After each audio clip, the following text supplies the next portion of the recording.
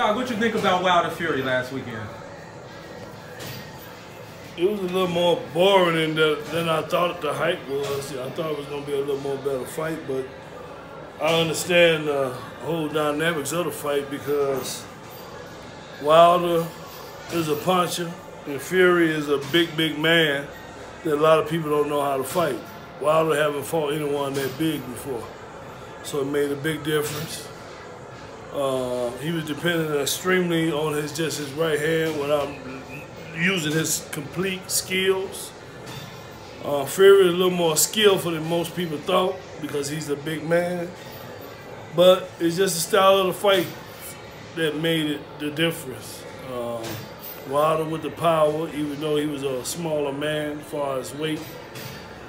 But Fury with the skill set and he did some great things because he was off so long. People think he ain't have anything left. But it shows that with skill and mind power that you're capable of doing anything in the heavyweight division. In my era or any era. So, you know, they're two good heavyweights that show some promise, but lack a lot of skill sometimes. But they're real sharp guys in the sense of doing what they do great. What do you think about Wilder's weight loss? He actually came in this fight at 212, which was 5 pounds under what he fought his last fight at. Do you think that hurt him or helped him?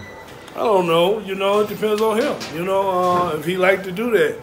You know, one thing about me, whatever I did in my career or anything, I think in any great guy's career, they don't make excuses once they get there. And I don't know if he made an excuse or anything. You know, I don't know. But for a guy that's 212 pounds, he's still one of the hardest hitting guys at that weight. And being that tall and being that light. So once you're doing these type of things in boxing and you gotta put up what you talk up. So when the guys doing all that talking, put it up. Show the fans what they're looking for. If you're hungry, get hungry. Don't talk about it. Be about it. I'm from Inglewood in Chicago. Ain't a lot of talking going on now. But at my time, we was about it. And that's what we're about now. So in the boxing, be about what you're talking about. You guys got the skills, put in the work. And that get results. So he dropped down to 212 and he dropped him twice with just one punch. So does that say to you, or what's your opinion on weight and power punching? Do you need to be heavy to hit harder? No. Weight helps with the heaviness, but you still have to be timed. You still have to have timing, the right release, the right technique that fits your body. And especially the timing. So Wilder learned how to tighten up, how to release his shots. That's why he capable of punching that way. You know, you look at great punchers like Tommy Hearns and guys in that type of caliber of punching power. There's thin guys that know how to tighten up. It's a technique of punching. And I've been trained by two Hall of Famers, Eddie Mustafa Muhammad and Emmanuel Stewart. So I got some sense of knowledge about boxing as far as technique, punching power, and putting things together. So he's a great puncher, and that's what he's leaning towards, but he needs to start finding his skill set a little more. Because he's an athlete, so he can put it together. And he have my friend Mark Breland, he's a great guy, his trainer. So he got a good guy there teaching him. He just ain't got to listen. How do you think a Wilder Fury would have did in your era? Well, I think any champion is capable of fighting in any era. You know, I'm not the guy to put back guys down. I think I was one of the best heavyweights in the world, yes. But I think any champion is capable of fighting in any era. These guys are 6'7" and 6'9", with some athletic ability. I think they capable of fighting any era. Do I think I can hang with them? Yeah. I hang with anybody in the world. I have no problem fighting nobody. You look at my career, I never had a problem fighting anyone. But, like I said, I think any champion is capable of fighting any era. So say given 3 months training, do you think you can hop in with these guys now? I need probably a little longer, but get the mentality up, probably so, yeah. I'm a mental, strong guy. So boxing is mental. Being success in anything is mental. And once you get over the mental hump, you can do anything you want. But I'm relaxing now, looking at these guys and seeing a lot of things that they're doing.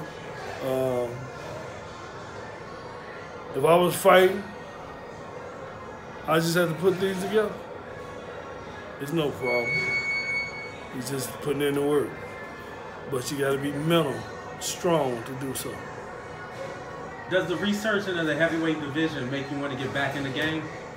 All heavyweights and all boxers who was former champion always love competitiveness. We love to be competitive. We're competitors. And we think we can fight at any time, no matter what our age are, you know, but you got to be smart also. I didn't take a lot of punishment in my career. I can do some things, but you got to look at it. I'm 50, 51 now. I still look good. I still doing things that I should be doing, but at the same time, could I do it? My mind said yeah. My heart said yeah. So the thing about it is just, if you want to do it, put that challenge in. Am I worried? No. Only worry I'll be as me performing. I don't worry about nobody, what they can do to me. Because there's no one will allow anyone to do anything to you. Would you allow me right now to do something to you? No. Correctness. So you talk about mind state a lot and the importance of mind state. How can one that's new to the boxing game get into that killer mindset? Or is it something you're just born with? Some guys are born with it. Some guys got to learn it. But in boxing, you got to have a little bit in you already. Even in sports, period. If you want to be dominant or want to be a great, you look at Michael Jordan. If Michael Jordan was a boxer with his mentality for the game, he would have been a killer. Muhammad Ali, on his smoothness and how he is, he was a killer. Look at all the great guys in any era, any sport that was great. They are killers. And if they was boxers, they'd have been champions. So you got to have a mindset that's unbelievable, strong, as well as to have that tenacity, as well as just being a ferocious individual. Can talent overcome that ferociousness? If talent have that ferociousness also. But a talented guy can lose to a regular guy if the regular guy have more intensity as well as more drive to become champion. Being talented don't make no difference. If you have no heart or no mental strongness, it's not, it don't make a difference. So in a nutshell, you would say killer instinct is the key to being a boxing champion. You gotta have talent now. You know what I mean? You just can't jump in the ring just because you can just think you can fight. Right. Boxing's still technique. No matter if you taking steroids or whatever. But you know the great guys, if they do, they take steroids. But at the same time, you still have to have the timing. You still have to have the ability to make it work. It's cheating. But steroids without talent is dead. Regardless. It's still dead. You still have to have the talent. You look at all the great baseball players. And you find out a lot of boxers was on steroids also. Oh, yeah. So they use that talent with steroids and became great at a lot of things, a little more better than what they were all the way naturally. What do you think about steroids in boxing? I don't like it. I don't like it in no sport. I don't even really take vitamins. Never did. But you need a little bit of vitamins as far as finding a natural resource for it. But steroids, in the long run, is going to affect somewhere. It's going to affect your body somewhere. If not mentally, physically somewhere. Do you think they should change the regulation and do more testing to get steroids out of boxing?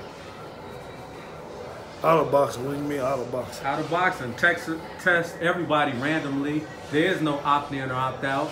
Everybody has to get tested, and we're not telling you when we coming. We just coming. Fight time or not. Then you'll clear up a lot. I think you'll clear up the whole division, from lightweight all the way up to heavyweight. Yeah, it might be a good thing. It might be a great thing.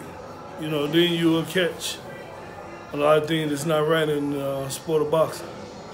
I think it should be put in any professional sport that you're making a lot of money in. What do you think should be done with fighters caught on steroids? Because it seems like they really don't get reprimanded as much as they should. On the wrist. Yeah. Well, it's up to the people to vote. I think they should have a committee to be able to put something together and find some kind of punishment or take some kind of fine as well as suspension somewhere, because cheating is cheating. So I think that's a form of cheating. And I think they should have a committee to do that, to put a group of guys that know something about the sport, bring a group of doctors or someone in to tell you what's what, and make a committee out of it, and educate everybody about what and how they're going to go about doing these things. So I think a committee should be done in every sport, as far as amateur as well as professional. Last question. Bomb Squad in his prime, the Doctor in his prime. Who takes the nap and what round? I don't give rounds, but I give the doctor always. The surgeon always prevails. So I think me as the surgeon, as the doctor, treating bombs just like they are. Let them explode, and I'm coming out on top. So I don't downgrade no fighter, because I think all guys who get in the ring are great champions if they want it. But I know me, I feel no one, never did, never will. I'm from an elite part of my life, and that's Inglewood. I'm from Chicago, baby. We don't do nothing but believe in diehards.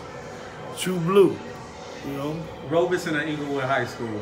I went to Dunbar. Dunbar, okay. Okay, you brought it over to the drive. Yeah, I was a little ball player at the time. Okay. You know, but we changed sports. And I became champion in boxing.